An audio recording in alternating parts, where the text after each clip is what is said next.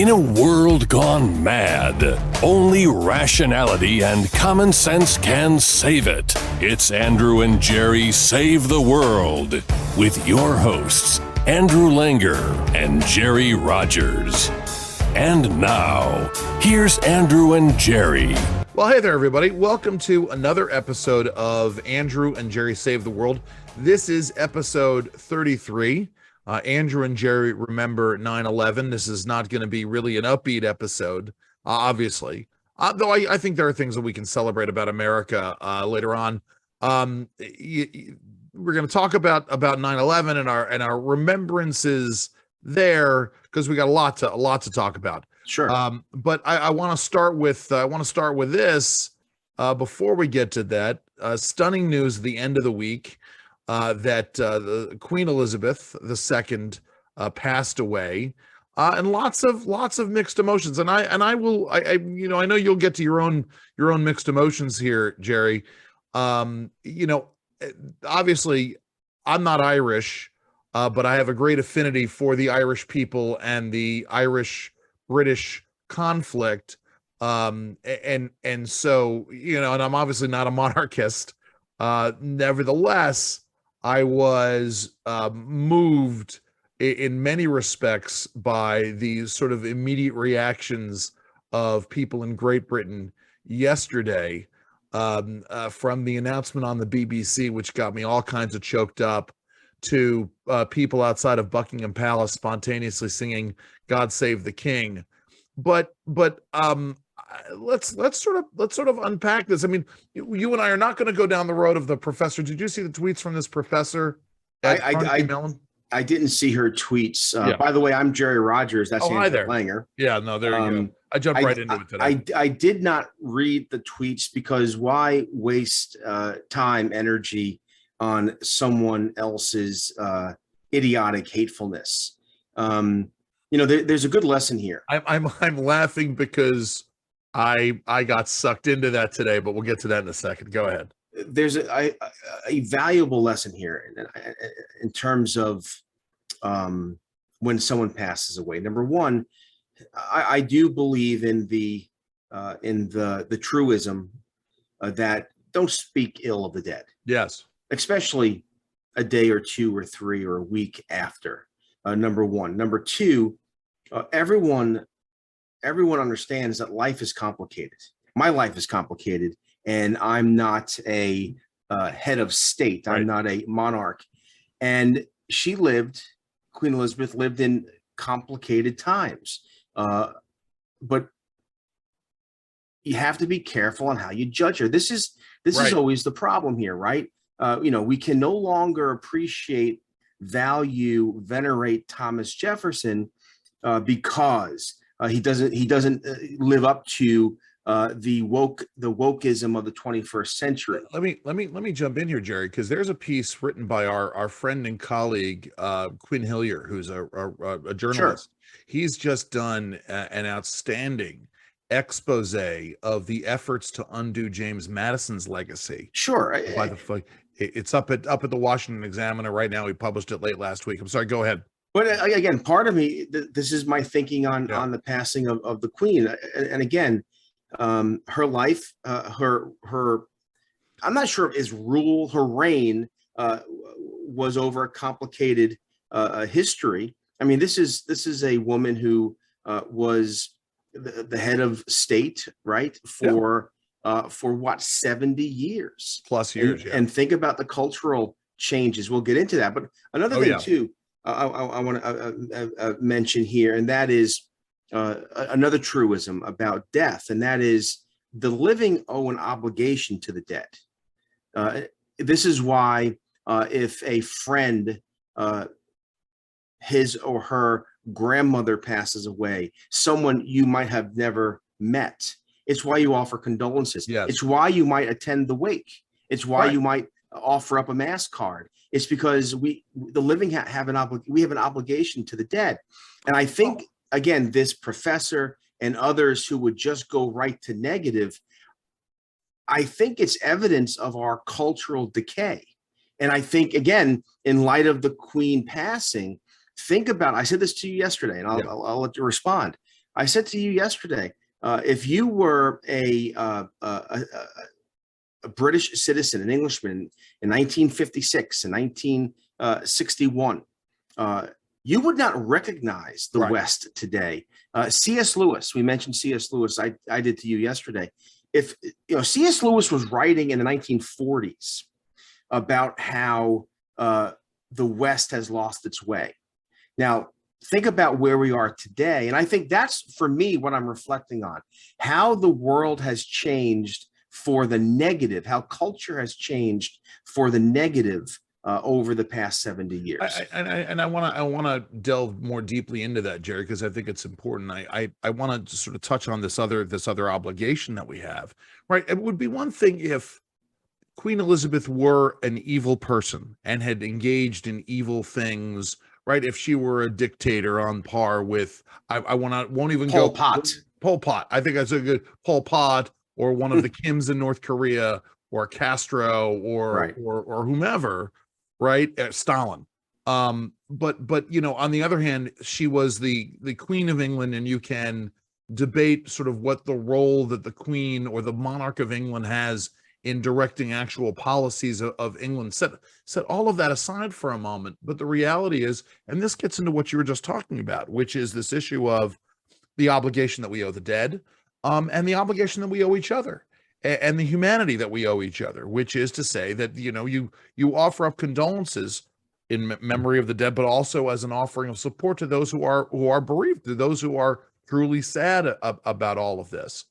Now, I listen, as I said, I don't know what role the Queen could have had in, say, solving the solving the Northern Ireland question. I don't know. But I do know that we can set aside, at least for the moment, the animosity, or the hatred. And the reason why I chuckled is because I did get sucked in. There's you and I have colleagues in media. You and I are fortunate, in that, given our experiences on the radio, yeah, we've had people who have not liked us. We've had people who have savaged us on the text lines. We've both received, at least I don't know about you, I've received hate mail. But there is one of our colleagues in radio has a relentless critic on Twitter, and this person has roped me into this on occasion. But this person put out this person put out a picture, which purports to be a picture of Queen Elizabeth shaking hands with Hitler. And I looked at this and I'm like, no. I mean, it's so obvious that this is not true. That, in point of fact, it was the Queen's aunt, Wallis Simpson, which is a whole complicated chapter in British history.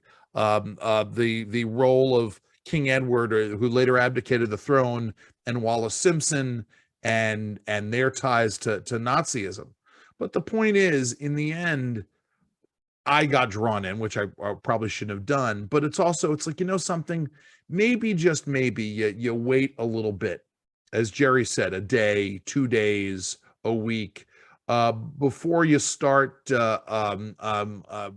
creating falsehoods about someone's legacy. And here's the thing, and again, this goes to our culture now. Yes, this gets into the culture. It's about immediate gratification. It's about more. Our culture now is about more, right? More power. President Biden, has spent his first 2 years in office obfuscating, confusing the American people, lying to the American people, usurping power. Why? Because the Democrats want more power. Right. Everything's about more. We want more money. We want more consumerism. We want more power. And I think and we want more gratification immediately. And here's the thing about the British Empire, about the history of the English people. It's troubled and it's complicated, but it's also glorious and important. And again, this is the nuance. It's ironic, right? Because people used to complain that the right never understood Barack Obama, that he was, or John Kerry.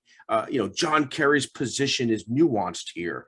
And again, the left, the progressives, the woke have just forgotten the idea of nuance on how two things can be true at the same time. Sure. The United Kingdom, its relationship with Ireland, has been troubled, to say the least. It's been worse than troubled, but it's also been complicated. There's been high points and low points, but you don't judge a nation. A nation that is 1,000 years old. Yeah, that's right. 1,000 years ago.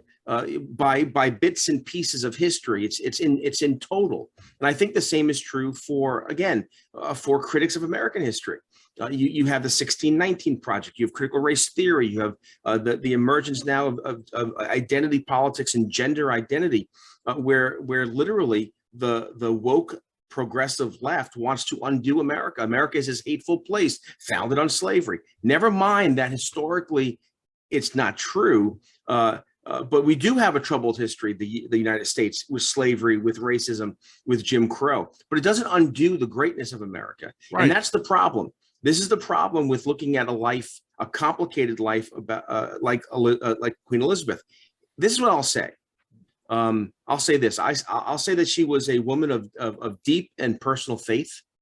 She talked about prayer. She talked about her reliance upon her Savior. I admire that. I admire her faith.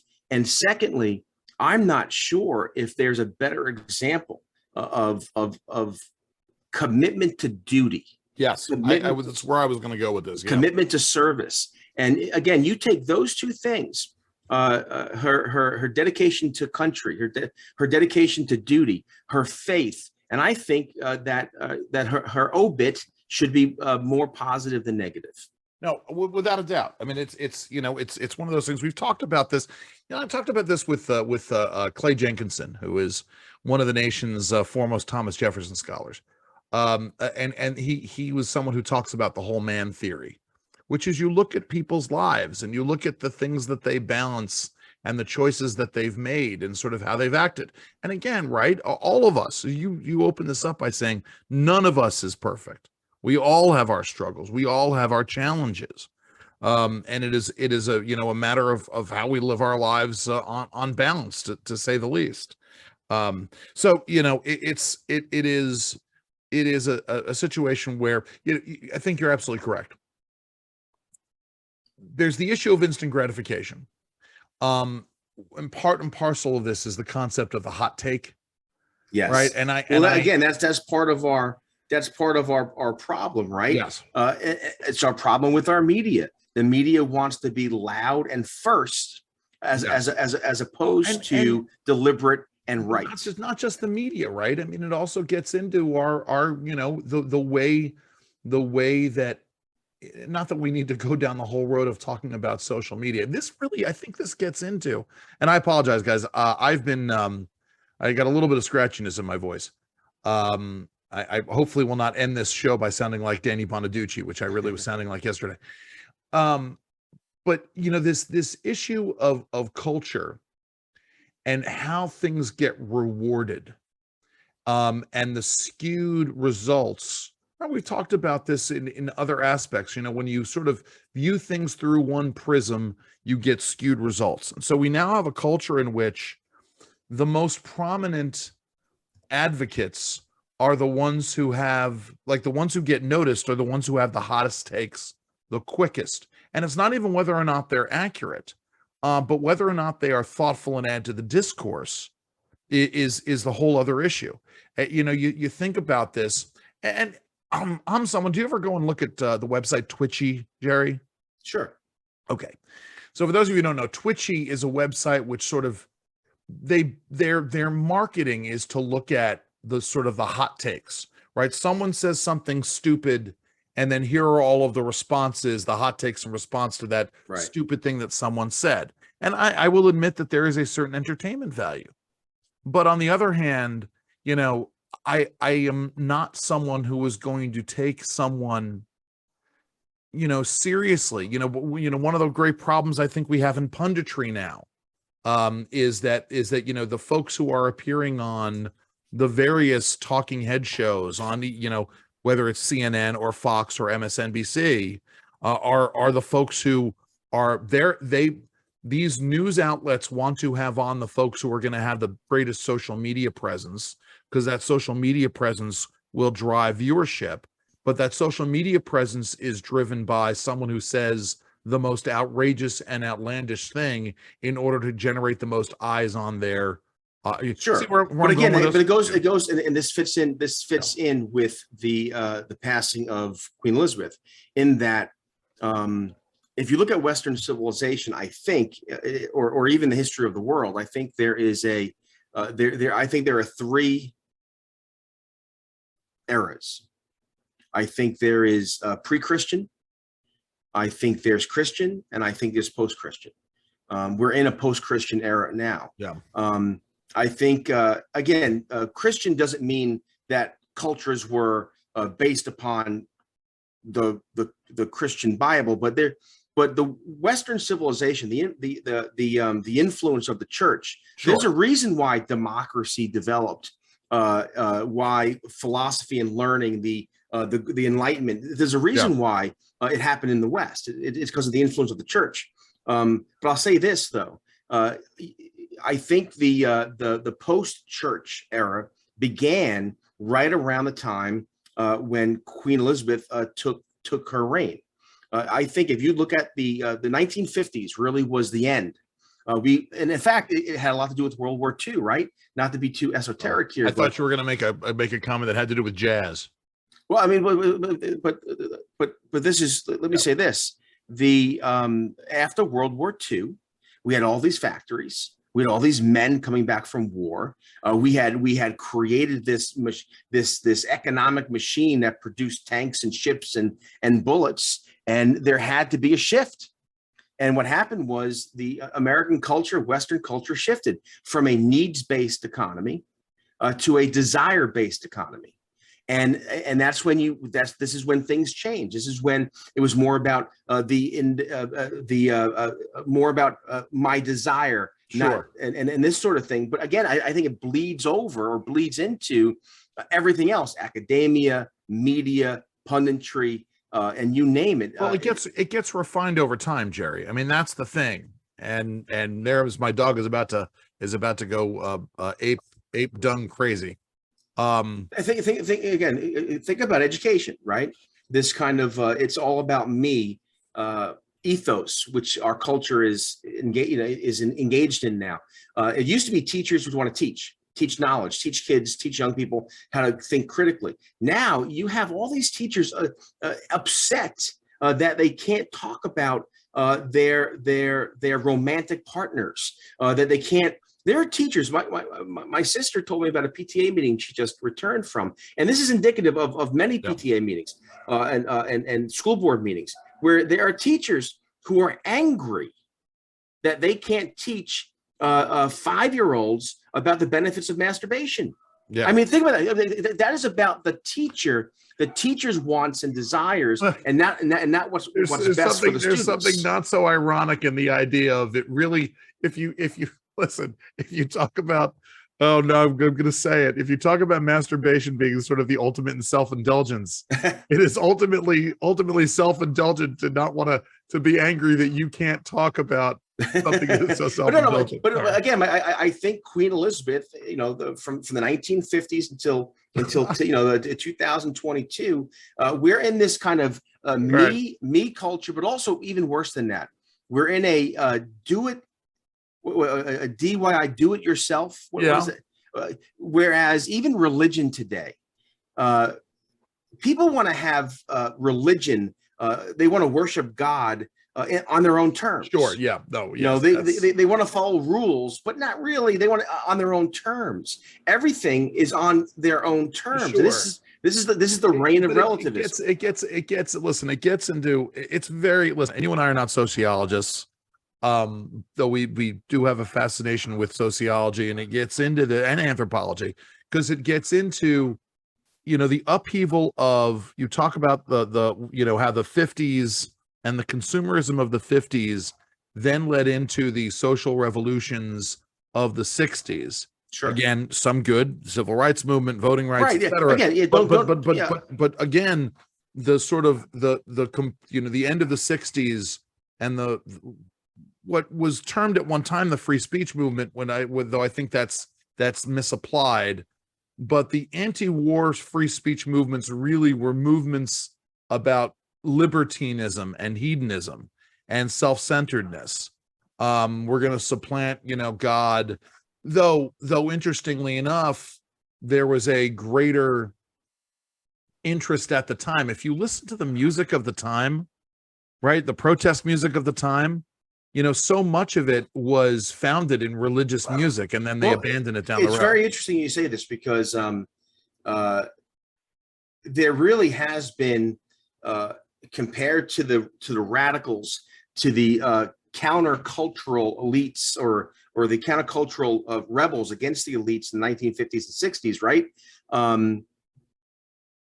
Today, the left, progressives, they're the new Puritans. Agreed. There's a rise of a Puritanism in America, not based 100%. on faith, not based on scripture, but based upon what my truth is. How dare you try to put rules down? Look at critical race theory.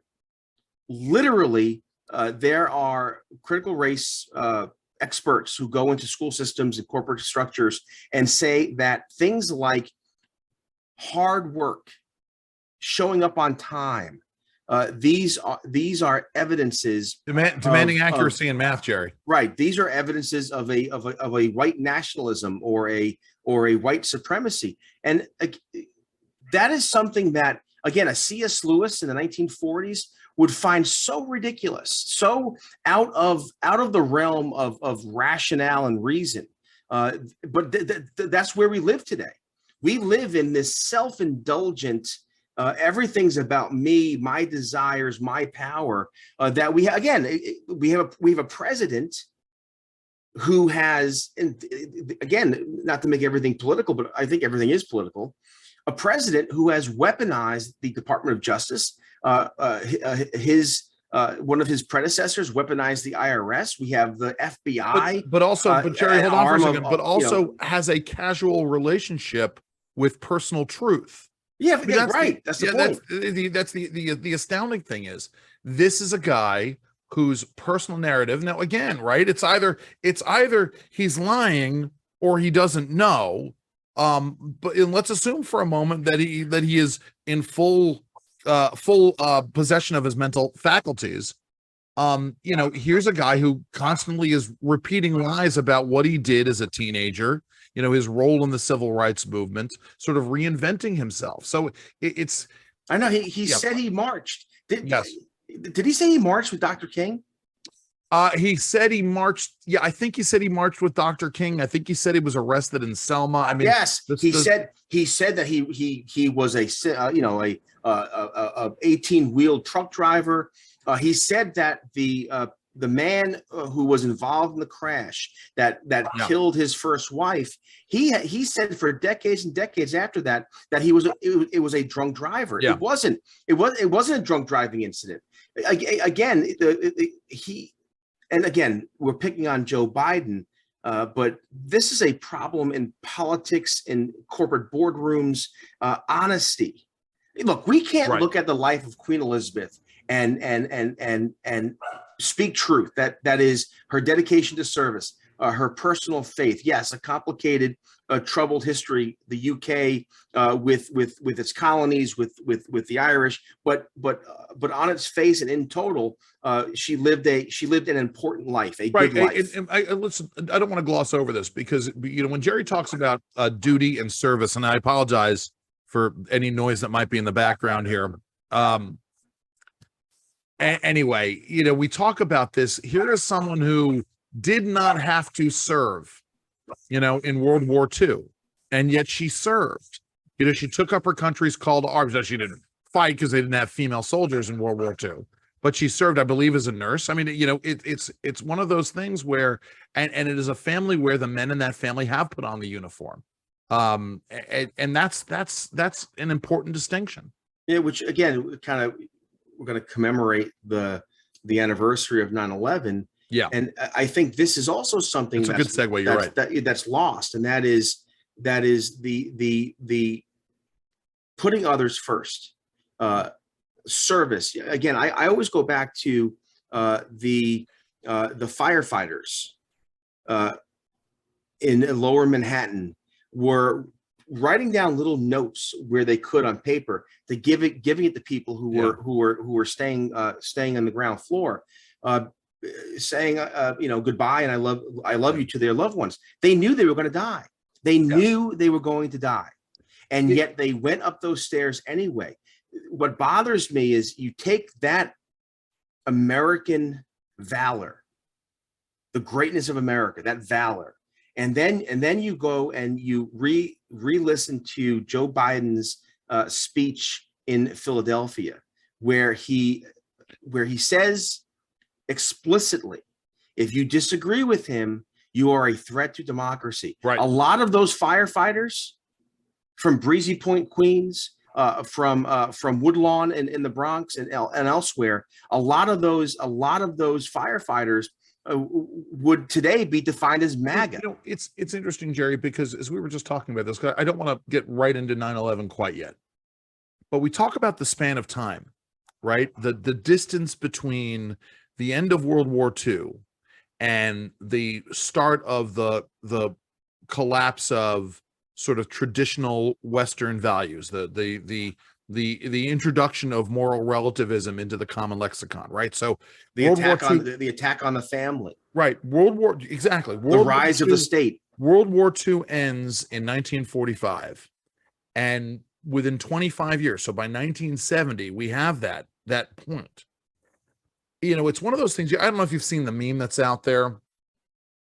Someone told me to think back 30 years ago, and I'm thinking back to the 1970s, and I realized it's the 1990s. I do that all the time. And so to put it in perspective, right? So we are now at 21 years past 9/11, right? So today marks the 21st anniversary of September 11th, 2001.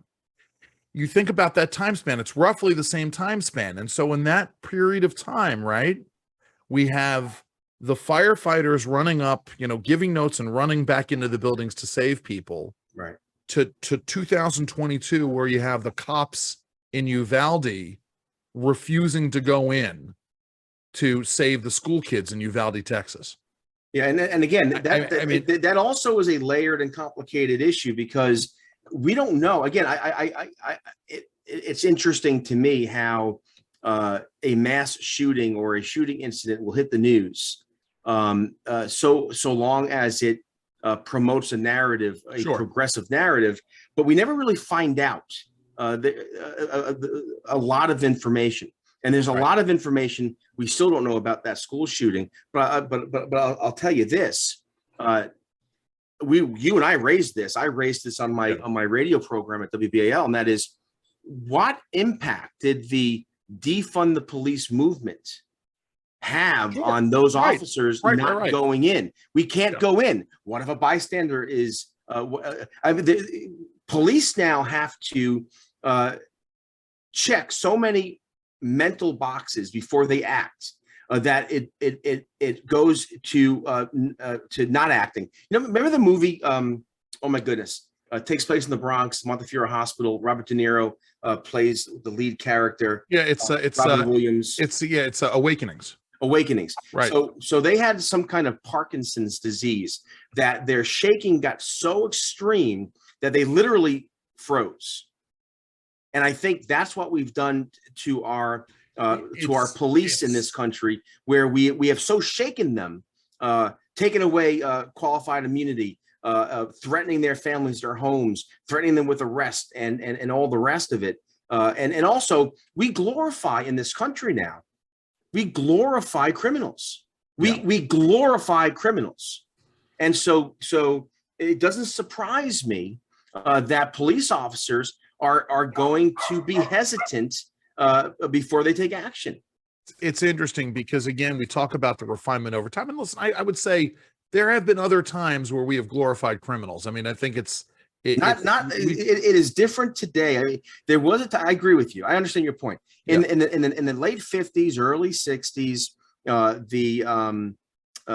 the establishment believed that it was these core issues, economic issues, and we had the rise of the Great Society and the administrative state and all the rest of it, until Charles Murray comes around in the 80s. He wrote Losing Ground, and he makes the point and proves the point that all these interventions were actually making life worse for the poor and the disadvantaged. But today we're actually, again, you can't put on the news and not see someone violently being thrown onto the subway tracks in New York, or someone. I mean, that's not an example of criminals being glorified. But yes and no, right? Because they are not held accountable. They are allowed out of jail. They are, and also look. Okay. In 2020, what else were those riots? But a movement to accentuate and celebrate the criminal class. Okay, but I don't think that. No, I think that they were an excuse that. Well, okay.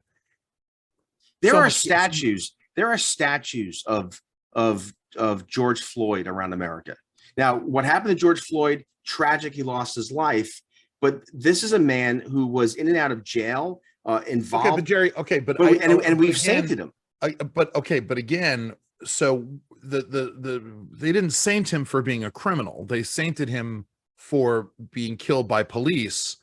We can get into sort of the difference. I think if you asked, if you asked 100 people about George Floyd, 100 people who support and beatify George Floyd, I think maybe 10% would know that he had some kind of criminal background. But anyway, I think we're getting off the point here. What I was gonna say is that it's interesting to me. You talk about Charles Murray. There was a series of books that I read as a teenager and into my 20s. And I say this, it's interesting because the Greg McDonald they're rebooting the Fletch franchise. Have you seen the trailers for this? I have not, but there's a great deal of debate and discussion in my household. What did you think of the original? I love Fletch. Me too, but I'm not sure if that's something I would reboot. Okay. Oh, no. There's a huge clamoring for it, but the thing is that the Fletch, I'm getting way off field. I'm going to bring it all back. But the new Fletch is going to be very similar to the vision that the author Greg McDonald had for Fletch, sort of being a flawed investigative reporter who sort of ferrets his way through things. Anyway, my point is, at the same time Greg McDonald was writing the Fletch books and releasing the Fletch books, there was a movie, the Remo Williams movie. And the Remo Williams movie was based on a series of books by two guys, Richard Sapir and Warren Murphy. I apologize for the dog barking in the background. I'm getting ready to pull a Jerry, and I'm going to go outside and punch somebody in the face. So what, I do this? Yeah, no, never. I defend. I'm defending my house. Anyway, is there someone outside your studio doing something they shouldn't? So they're mowing my lawn. So setting aside the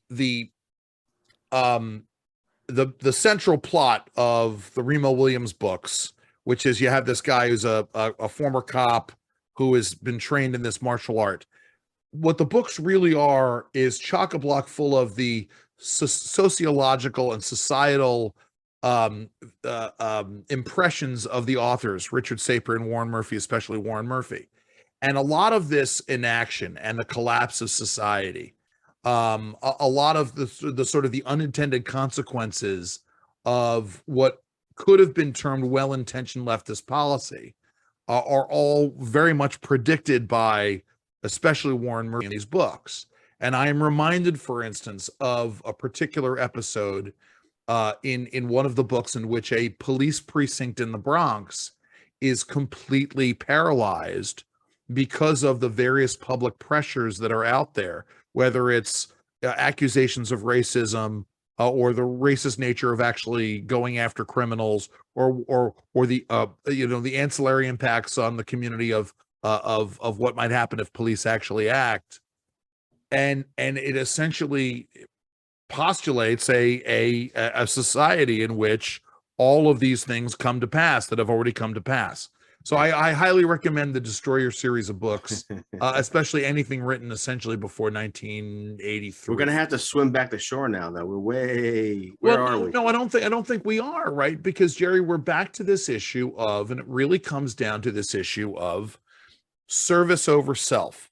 Whether or not you see yourself as the star of your own story, or whether or not you see others, especially God, as the star of your story. Right? This idea of, if you act as though you are, and this is what we've been taught over the last 40 years, 50 years, and as we descend into moral relativism, that you are the star, that you're the most, right? Do you remember there were PSAs on either Channel 9 or Channel 11 in the 70s and into the 80s? The most important person in the whole wide world is you, and you hardly even know you. You remember these? I'm going to pull them up while you talk. But this is what we're talking about here. Well, and again, just what is needed, and we've talked about this. I've talked about this before, and that is, our hope isn't going to be in some new political movement. I find it very interesting. We're days past Joe Biden's infamous, I think, speech, Hitler-esque speech at Philadelphia, and there's yet to be a response from serious Republican leaders. Right. There's no one. Again, if I were a senator, especially if I were a senator thinking about running for office, I would have, in my home state, used my political network to gather the crowds, gone to the State House, and I would have denounced Biden. I think what's equally as bad as Biden giving that speech is the fact that no Republican has fought back.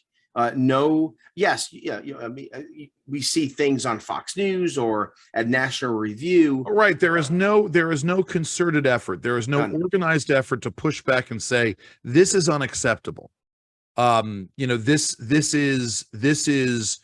This really is tantamount to encouraging and inviting, right? I mean, we're talking about insurrection. We're talking about inviting people to riot. At least we were talking about that for a while. Here, Jerry, I want to play this so you don't remember this. Hold on for 1 second. Here, listen to this. The most important person in the whole wide world is you, and you hardly even know you. The most important person in the whole wide world is you. Come on, we'll show you. Let's find out more about the things you feel and do, 'cause you're the most important person in the world to you. So there you go. I mean, this was a PSA that was appearing on TV in the 70s, and I got to tell you something. Listen, they understood what they were doing in the 1970s. I mean, it's different now because there are so many different channels that kids can follow, and the kids look at things and consume things differently. But in the early 1970s, between stuff like The Most Important Person and Schoolhouse Rock and Time for Timer, all of those things, a lot of PBS stuff that was created at the time was built on the sort of the Marshall McLuhan, let's look at advertising as a way, let's build on what we know about advertising and influencing kids. Well, of course. And again, it goes to what I said at the start of the program, and that is post World War II, our economy shifted. It was a choice. Madison Avenue, the political class made a decision that we had to move away from a needs-based economy to a desires-based economy. And but the point being, right, is we'll take those techniques that transitioned us from the needs-based economy to the desires-based economy and how we market and sell things. We're going to move it into politics and how we package candidates. Sure. Then we're going to move it into how we educate kids. And again, right? I mean, we can. I'm not someone who tends to go down the road of saying that this stuff is insidious, right? Because it is insidious. In fact, I think a lot of the bad cultural outcomes that we've seen over the last several years all have their roots in the 50s and 60s. Listen, I'll say it again: the left is organized in such a way to win, and they've been organizing all of this. And the funny thing is, every so often we get a glimpse. But every so often we get a glimpse. They tell the truth. I remember again, right after the marriage, the same-sex marriage Supreme Court decision, and one of the activists who was involved said, "We don't really care about marriage. It's not about marriage. This is about," and she went. It was a woman. She went on to say that we want a culture where sexual rights are seen as more important than your religious rights. Yeah, they spoke it out. It has, sure. And again, and we're in a culture now where if you push back against the transgender movement or the LGBTQ ABC whatever movement is, and again,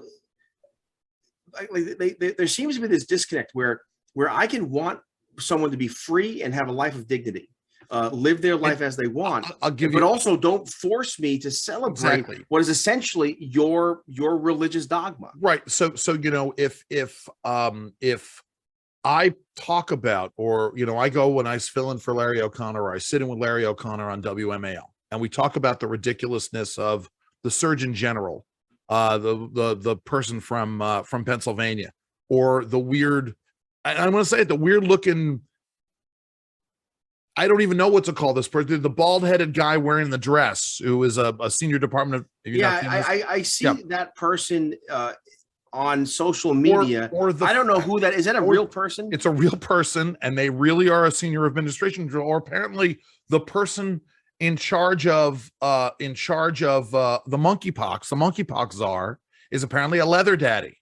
Like, I mean, you could not make this up. But I talk about the Surgeon General or the other person or whatever, and because it is truly insane where we are as a society, and somehow that makes me transphobic. As someone wrote, "Oh, when did Larry O'Connor become so transphobic?" Well, no. How about we can have differing opinions about things without it becoming transphobia? How about we can, you can't make it up. But again, this is the brilliance of the left, right? Yeah. So political opposition has now become a threat to democracy or insurrection. This is what they're doing. They have everyone, the choir, the progressive choir, everyone from media to academia to Hollywood singing from the same choir book. The same is true, like you just said. We can't have a conversation about sexual ethics because if you take a more traditional or biblical view, you are hateful. You have no place to be in the conversation. This is the rise of the new Puritans. If I say one thing that's true in this podcast today, and that is that progressivism, the politics around it, is a religious movement. It's dogma. What was it that Senator Feinstein said to Amy Coney Barrett?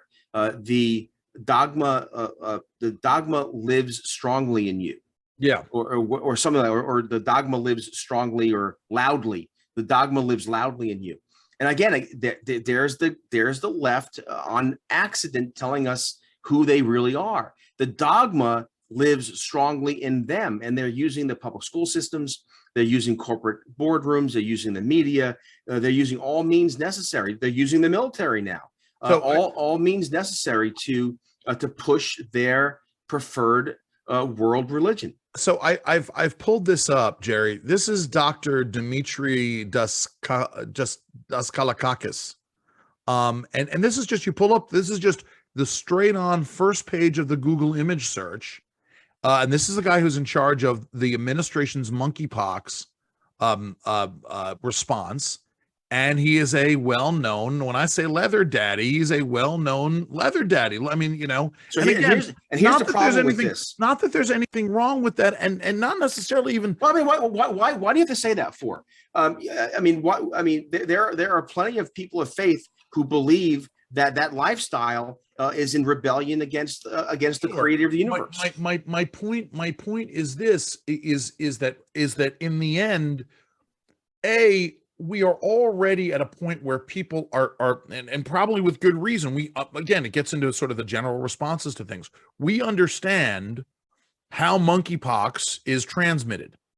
We understand that for.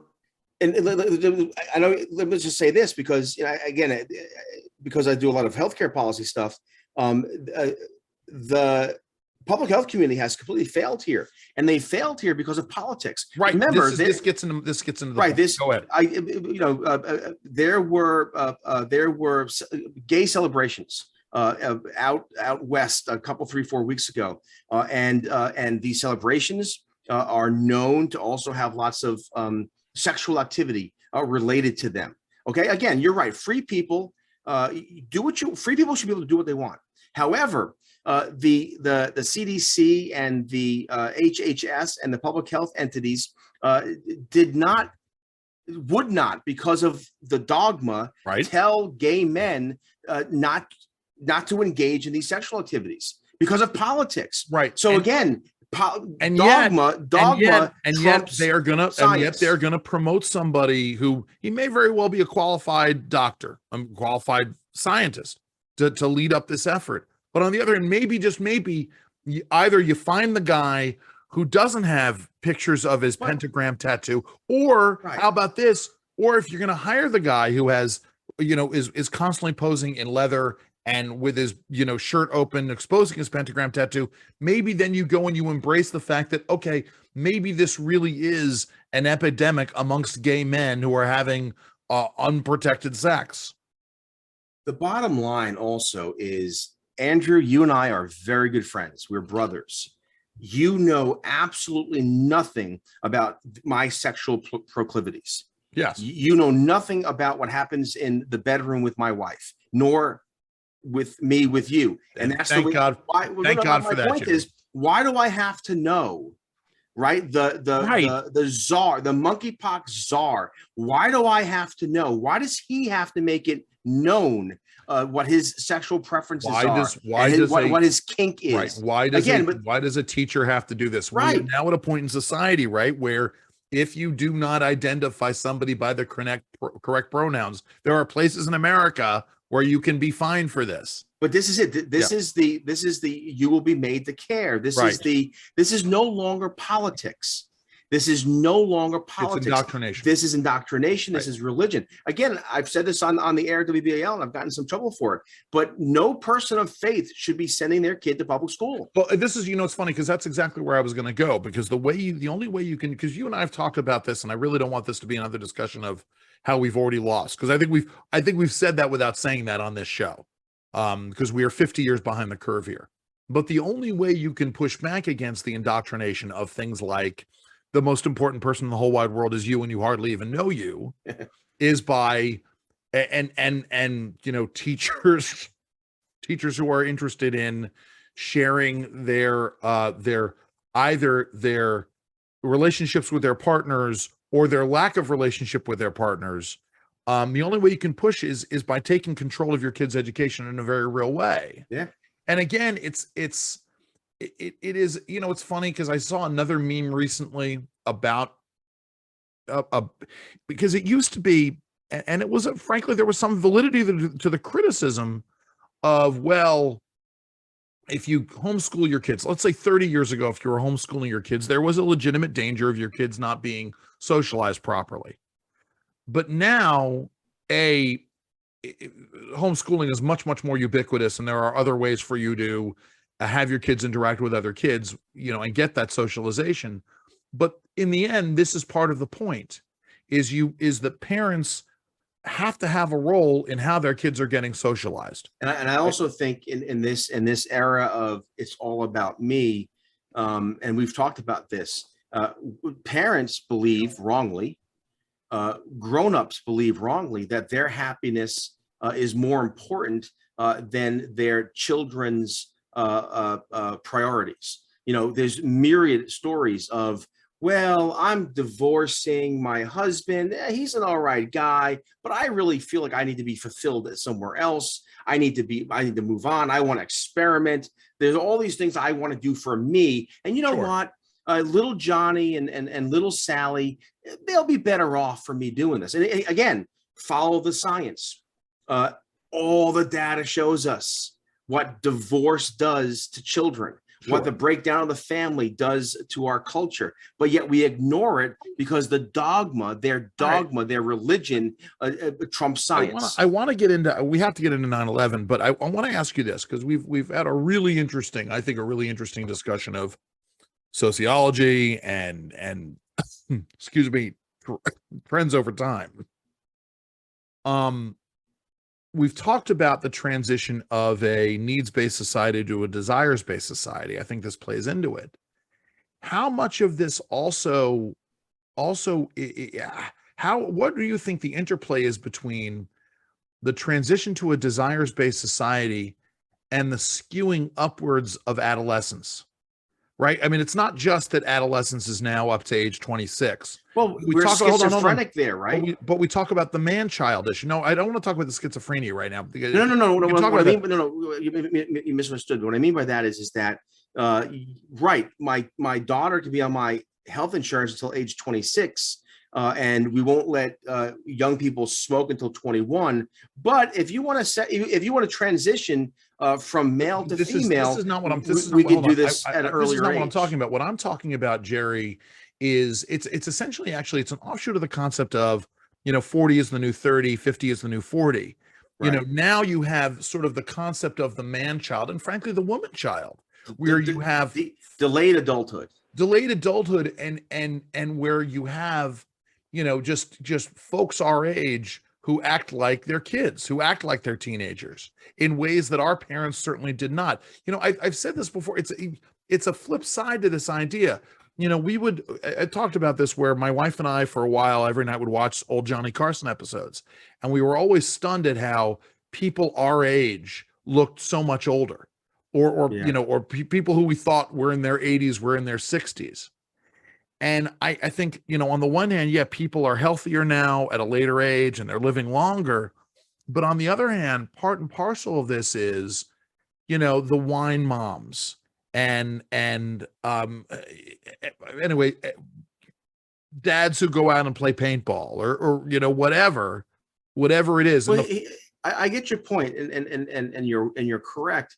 I would say this though, you have to embrace life. You have to, like Eric and I, we're gonna start doing this. Sunday obviously is church day, but Sunday for us can be very stressful too, because I have the radio program. Erica is in charge of kids ministry at our church. So we're planning, we're teaching, we're researching, and so Sunday morning for us feels a little bit like work.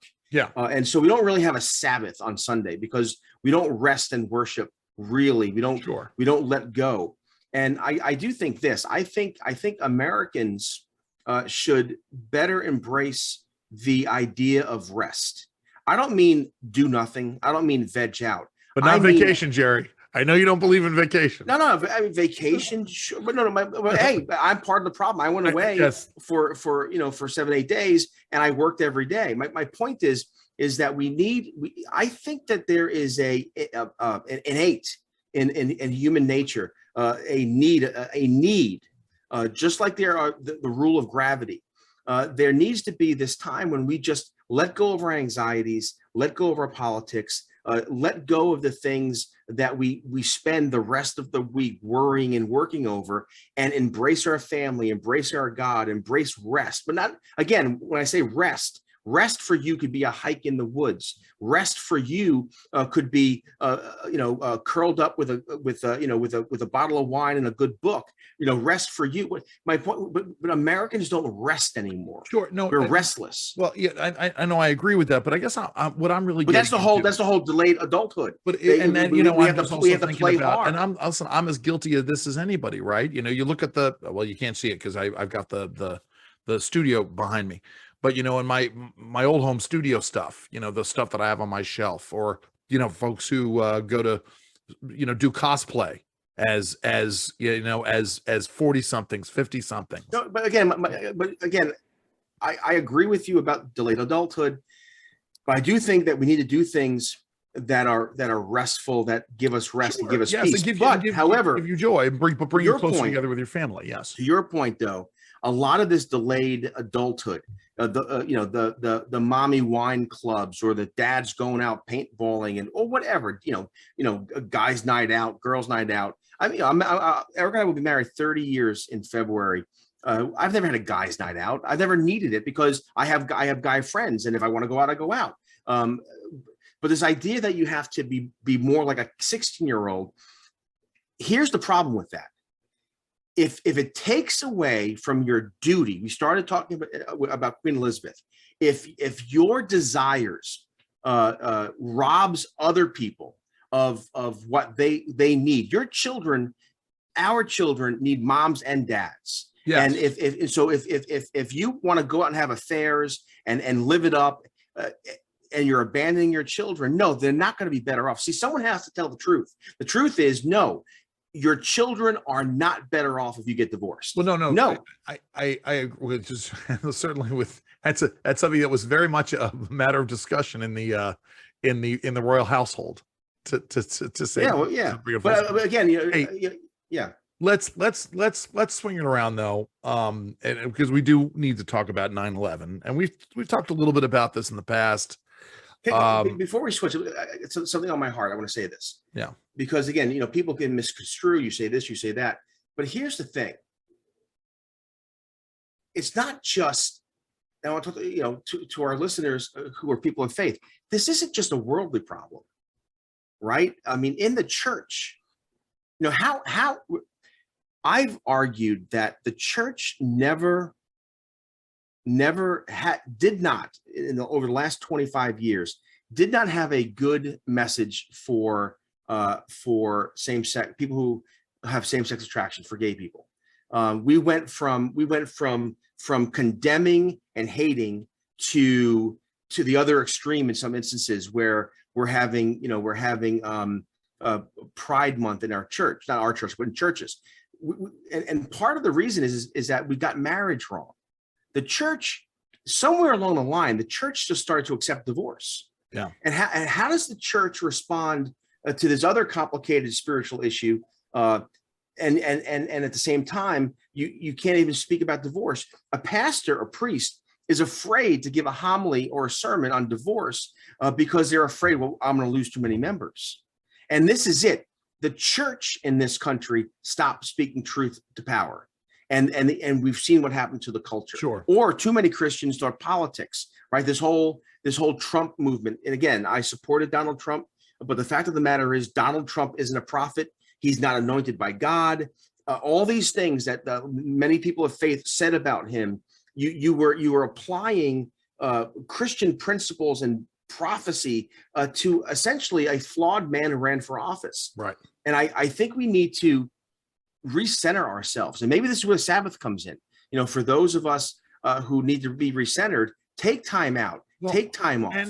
And again, the idea of 9/11, there was a moment in time where folks had talked about commemorating 9/11 as a day of national service. Andrew, what happened to America right after 9/11? Right. We stood still. Yes. And we grieved. Yes. And we also remembered, but we stood still. I remember going into Manhattan. So I was at the Manhattan Institute at 9/11, and we closed down for a week or two. I don't remember how long it was, but I remember my first day back in Manhattan, and I had to cross over Fifth Avenue, and Times Square. Yeah. But and if you've been there, if you look straight down, you could see that still, even weeks after, still the smoke and the debris and everything else. But what struck me my first couple of days back in Manhattan was the silence. Yeah. And the civility. New York City. Do you realize that I drove in Lower Manhattan after 9/11 and did not hear one honk beep? Yeah. There was a civility. Sure. There was a restfulness. There was a let's grieve together. Let's get over this together. And it lasted about well, at least in DC, it lasted about 2 weeks. Well, but there was a moment. There was a moment when we got it right, which tells me that we can get it right.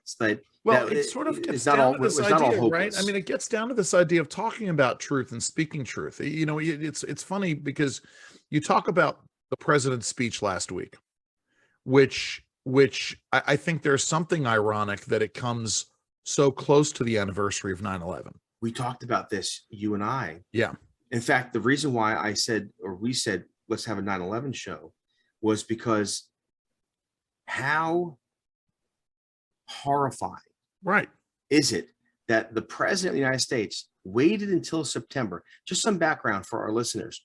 The Biden administration, the Biden White House, has wanted to give this speech for some time now. Yeah. But because of the inflation issues or because of the debacle in the Middle East with our surrender there wasn't a time.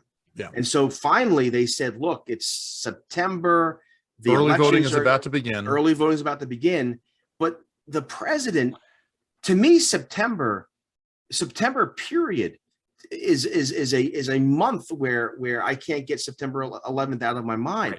Right. And Joe Biden chose September to give, not arguably, the most hateful, violent, un-American speech given by any sitting president. And while it was backtracked, right, there was some backtracking the next day, right. But on the other hand, in the days leading up to the speech, the White House press secretary, Karine Jean-Pierre, was echoing all of those sentiments in a very real way and said in a very real way, if you do not agree with what the majority of America agrees with, however you view that, you're an extremist, which is A, insane, B, anti-American, and C, unconstitutional. But and at the same time, their allies were coordinating, right? They were undermining the integrity of the Supreme Court. They were challenging the legitimacy of other elected officials, Ron DeSantis and others.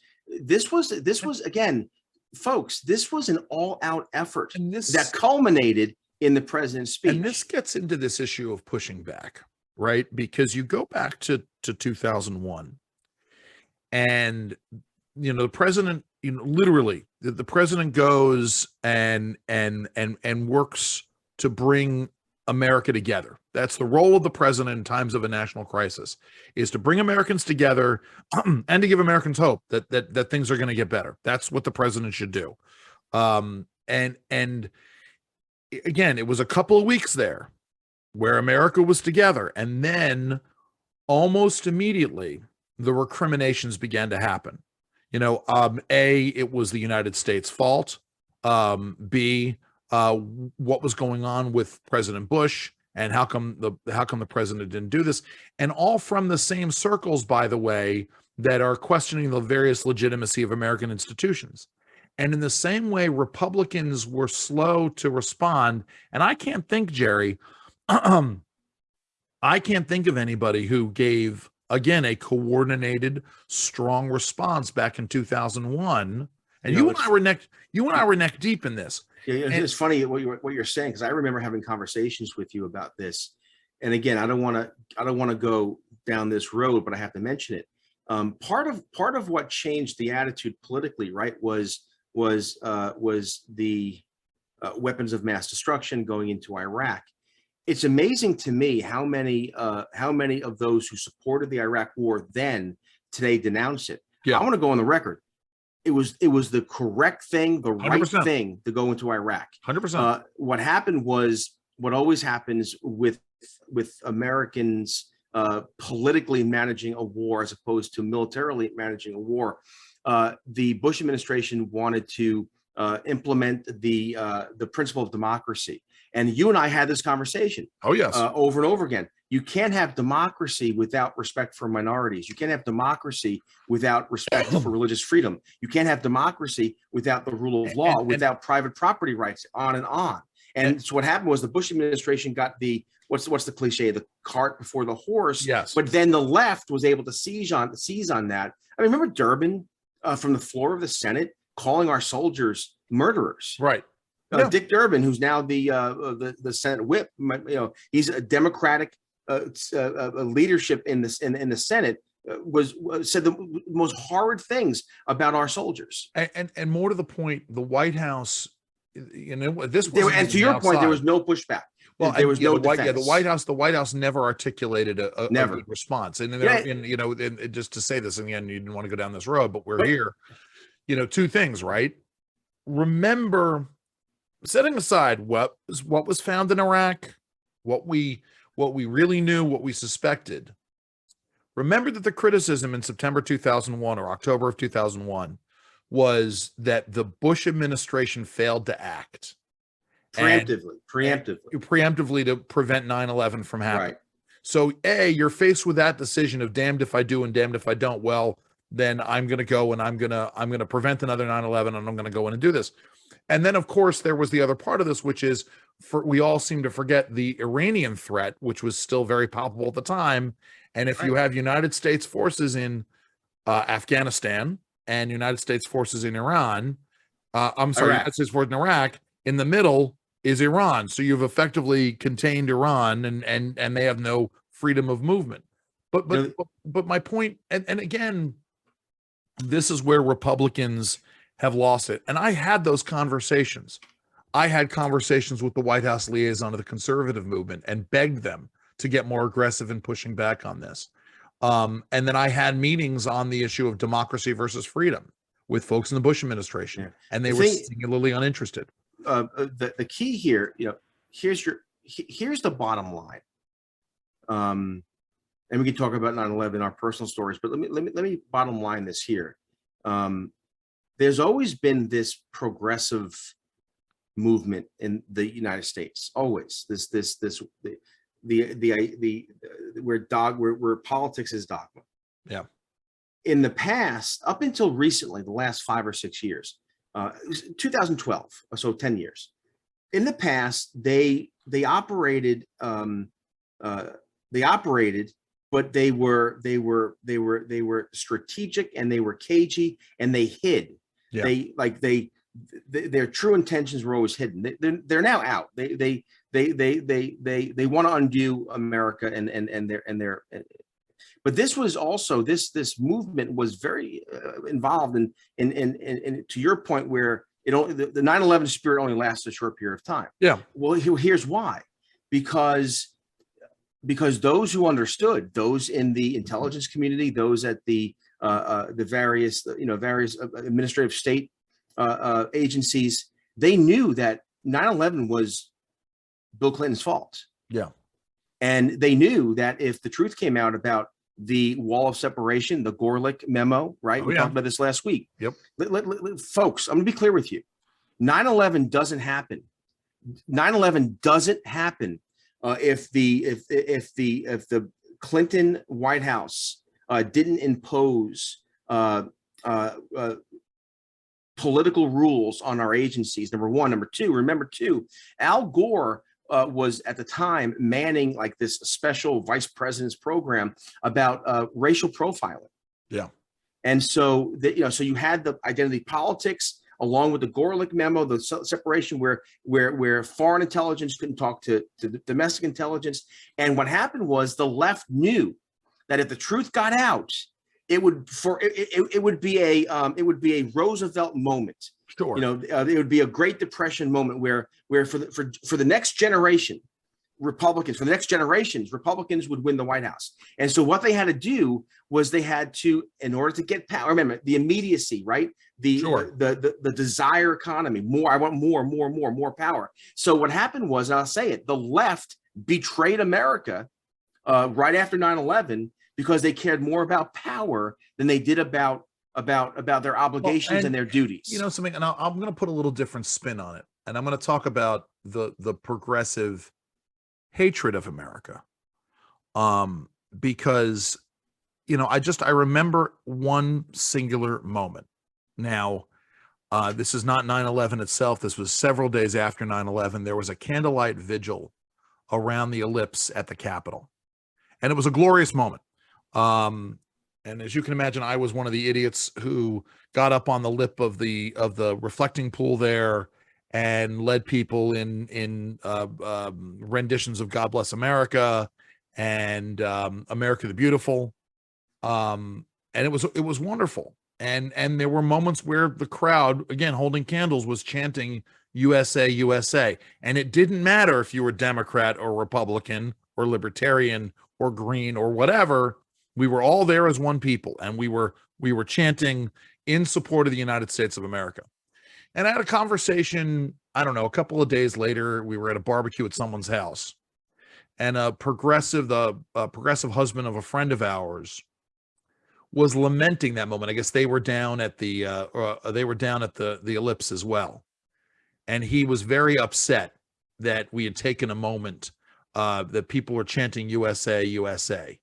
He was angry about this, and I could not fathom that, and that to me, that was the moment where I knew that things were going to go back to the normal moments. This is someone who was still very angry over the 2000 election. This is someone who hated the United States and was going to use 9/11 as an excuse to go after and further divide America. And that's again, there's been that theme throughout the show today of people using their own parochial interests as a way of driving Americans apart. And that's a problem. I'm sorry, Jared, go ahead. Sometimes we don't want to speak certain things out because we want to be accepted in the cocktail circuit. You and I both write, and we go on radio programs. We don't want to be labeled as extreme this or extreme that. But the truth is, here's the truth. The truth is that progressives have no use for America, and they haven't had a use for America for generations. And they have been plotting and scheming and succeeding at undoing America for 50 years. Yeah. And our side is too polite or too stupid, too naive to push back. And again, let me expand it out, Jerry. Yeah. Because because it would be one thing if it were limited to America. I think it's less. I don't know anything about Canadian politics, but let's go to Western Europe, and let's talk about whether it's Great Britain and attempts to undermine Great Britain's commitment to Western liberal democracy, yeah, or the European Union, and the attempts to essentially destroy individual national identities in Europe. Sure. And what it is it really comes down to, right? It's not, I'm not going to say, actually, I'm not going to go there. I'm going to say that is, hold on. You make a very good point here about this really is the West. That's exactly it. The West not having the courage of its conviction, not believing in itself any longer. It's two things, right? It's folks who believe in Western classical liberalism, Western civilization, right? And the folks who are fighting against that, who want to see that destroyed for whatever reason. And then there are the enablers who see the destruction of Western civilization as a way of gaining power and controlling populations. And then there are those who want to be accepted and they want to be celebrated, right, and they want to get invited to the right parties. Yeah. Right. The useful fools that are out there. Well, again, I mean, I'm a useful fool at times too, because I find myself on too many occasions saying things like, not that there's anything wrong with that. There's anything wrong with that. Or you know what? And again, we've lost our sense. There is something wrong with abandoning your family. There is something wrong with when sexuality and sex become the focus of your life. As I've often joked to people who ask, you know, how do you stay married for so long? Don't get divorced. Let me something again on my heart. Which is true. It's great when I think about this. When I think about this, see, and again, my perspective as a Christian, there are too many Christians who believe. Here. There are too many Christians who believe that because they raised their hand in a church service, or because they went to an altar, or they said some prayer, they intellectually believe that Jesus is Savior or God is God, right? They accept this to be true. But the problem is that God is not the Lord of their life. Christ isn't the Lord of their life. They haven't fully surrendered. And so I think, you know, Jesus said in the scriptures, you know, many of you will call my name and I will say, get away from me. There are many people who claim to be Christian only because they have an intellectual understanding or acceptance of who Christ is. Remember this, you know, the Bible says it. The demons believe that Jesus is Lord. Yeah. They just don't follow him as Lord. Sure. And I think what we have in America today is we have this kind of do-it-yourself culture where I could be a little bit this or a little bit that. There's really no truth, and we're all guilty of it. Again, Republicans, why haven't we seen a push from Republicans against this voters are a threat to democracy? We're undefended. Well, again, and I guess part of what I've been saying here is that there is a trend here that stretches back. I mean, it stretches back. Certainly, there are instances certainly before 9/11, but you go back to 9/11, and certainly the lack of vociferous defense, the lack of aggressive advocacy on these points, you know, from the Bush administration onward. And you see again the results today. You know, Jerry, because we're running short on time here. What was the last comment on what you just said? George Bush was asked about this years later, George W. Bush, about why he didn't give a better defense of his administration's policies and actions in Iraq. And he said that he thought it was beneath the office of the presidency. Sure.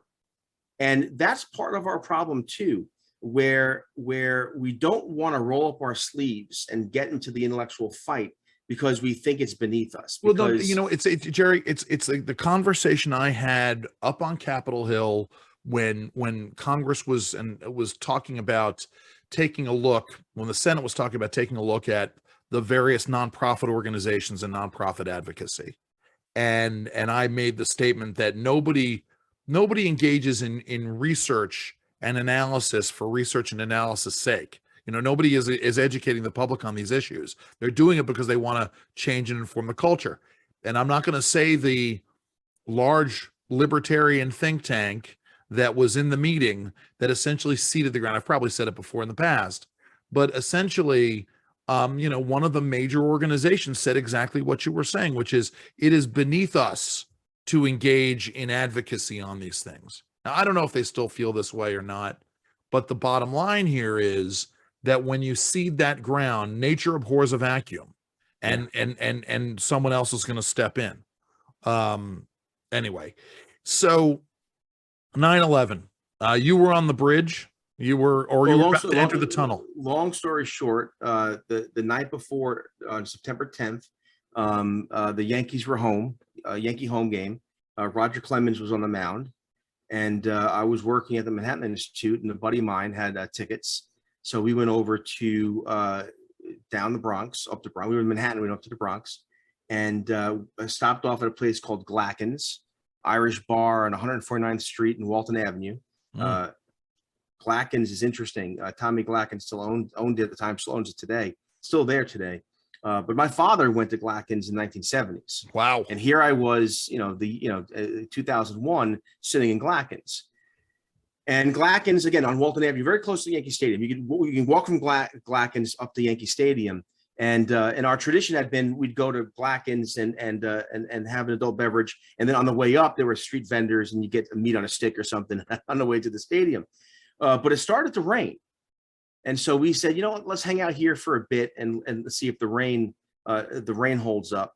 I think the game ended up being rained out, which is kind of ironic because the next morning was, you recall, 9/11 was a beautiful blue sky. Oh, yes. And so anyway, I got home really late that night.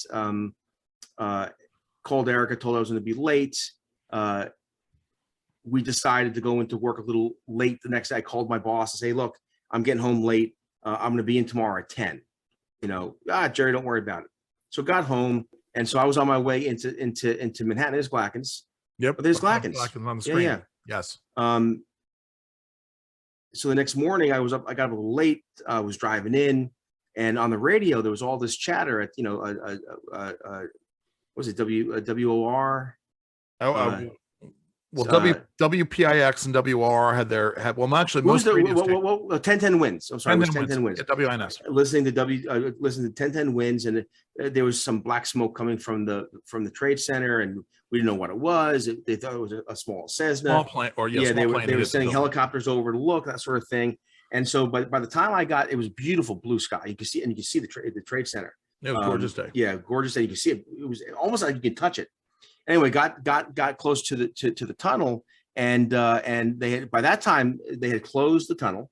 We got this a massive traffic jam, and I got out of the car. I'm looking up, and there it was. That second plane. Second plane came in, hit the tower, orange, explosion, and then then I tried to call Erica. This isn't an accident.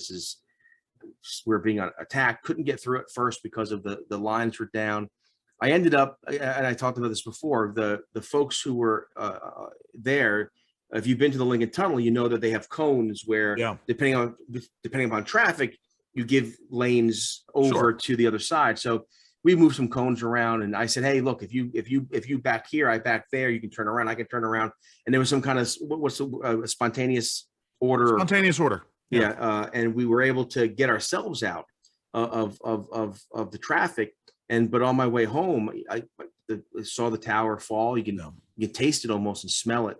Got home, and I was just spent, and my phone wouldn't stop ringing. Yeah. Because people knew I worked in Manhattan, but I felt ashamed because I worked at Vanderbilt Ave, 41st and Vanderbilt. Sure. So I was blocks away from what happened. And I ended up literally, in those days, we had phones on the wall. I ripped the phone out of the wall, I threw it out the window. Sure. And then the days after was funeral, waiting in people's homes. Erica, she had a mother's group, and one of the mother's her friends husband went in that morning to work at the Trade Center. That didn't come home that night. No. So she waited there. He ended up, he died in 9/11. But I remember just the days and the weeks after, myriad, more than a dozen men from my high school died 9/11. Not my year, a couple. Sure. Andy O'Grady from my year died in the towers, and others. Two guys I played football with died in the towers. But it was days and days of funerals and being at people's homes because so many people from North Jersey died. Yeah. And it's one of those things where my mom was working at my brother Christopher's school, high school, and they lost a bunch of parents. Yeah. That day. So I was a CEI. But actually, before we move on to CEI, I still have a hard time going to Lower Manhattan. by the way, I think it's criminal that New York State is allowing, where America is allowing the 9/11 Memorial Museum to close. I don't know if you've heard that, No. but the 9/11 museum is closing because of COVID. They can't function.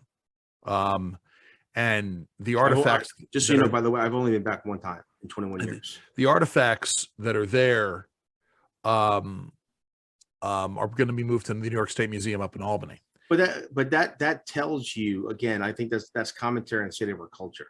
That shouldn't happen. Sure, I agree. And I wonder too, this easy, convenient excuse. There are people who don't want to commemorate 9/11. Right.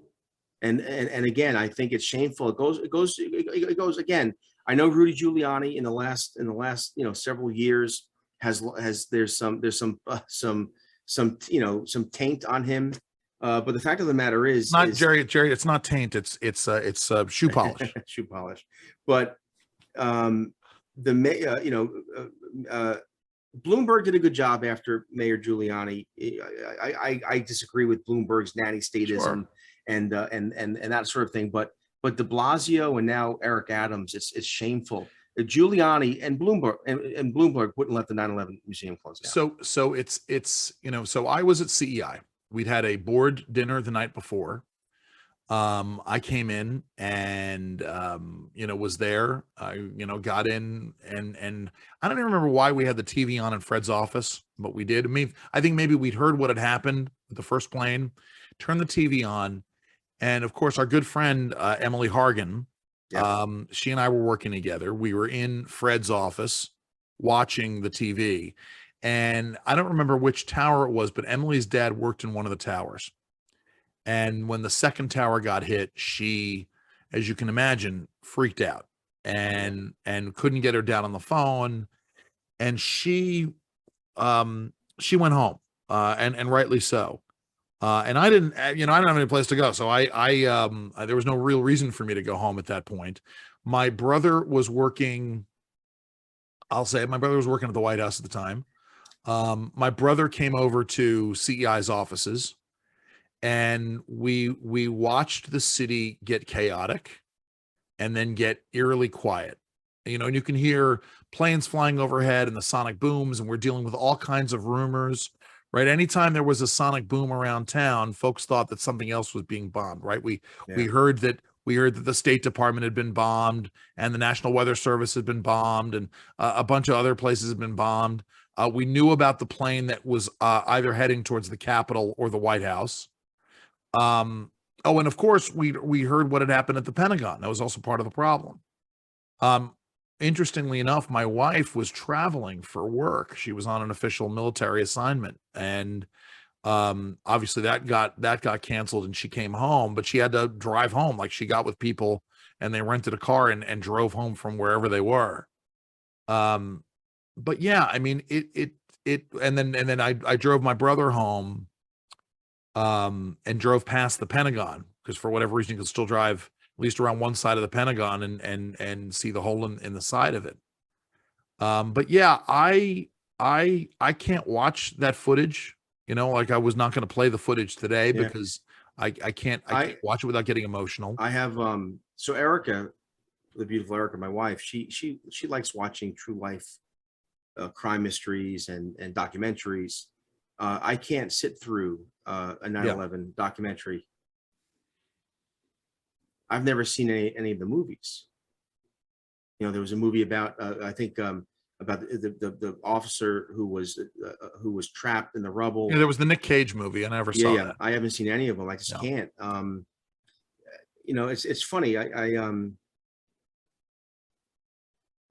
I felt shame that day as well. I mean, people died, and it was sad, and there were moments when I was proud of our troops and our firefighters and our police. But there's a lot of shame 9/11 that our enemies had attacked us on our shore, and there was, not that these two events are in any way similar, but I do remember during the January 6th mob attack on the Capitol, that tinge of shame again. like, and again, if you don't listen to this podcast, I don't believe it was a coup. I don't believe it was an insurrection. Right. I think it was an ugly mob. Some of it was an ugly mob. But there was, when I was watching that on television, I had that same kind of and I'm not comparing the two. Just be careful here.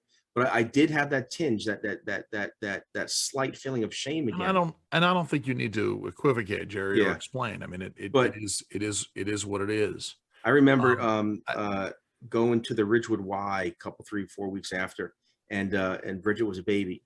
I have I have 5 children, 4 of whom are born after 9/11. Bridget was born July of 2000, so she was a baby when it happened.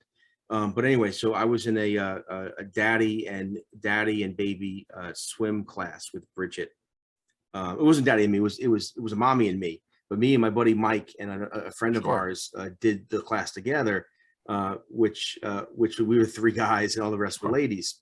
Anyway, after 9/11, when things started to get back to normal again, we went to the Y, and the third person who was with us, he was in the Trade Center that day, and he was they were told to evacuate. They didn't know what was going on. He had a cup of tea and a bagel, and he's nonchalant coming down the stairs. Sure. And finally, a firefighter grabbed him and said, "Put the bagel down, put the tea down, and get out of here." And that firefighter died. Yeah. Yeah. I mean, there's so many stories of the firefighters, of the police officers, literally running into danger. And I've said this before. I said the thing that gave me great hope afterwards. It sounds very strange, but a couple of days later, now we went to a wedding the following weekend in DC, which was odd. But I don't remember. It was a couple of days later, and I'm walking down Pennsylvania Avenue in front of the White House, and there were people playing street hockey. And I actually took great comfort in that, because here was this tragic and horrific event that had happened. And yet we as a nation were enduring, and we're trying to get back to normal. Think about the importance of baseball when baseball came back. 100%.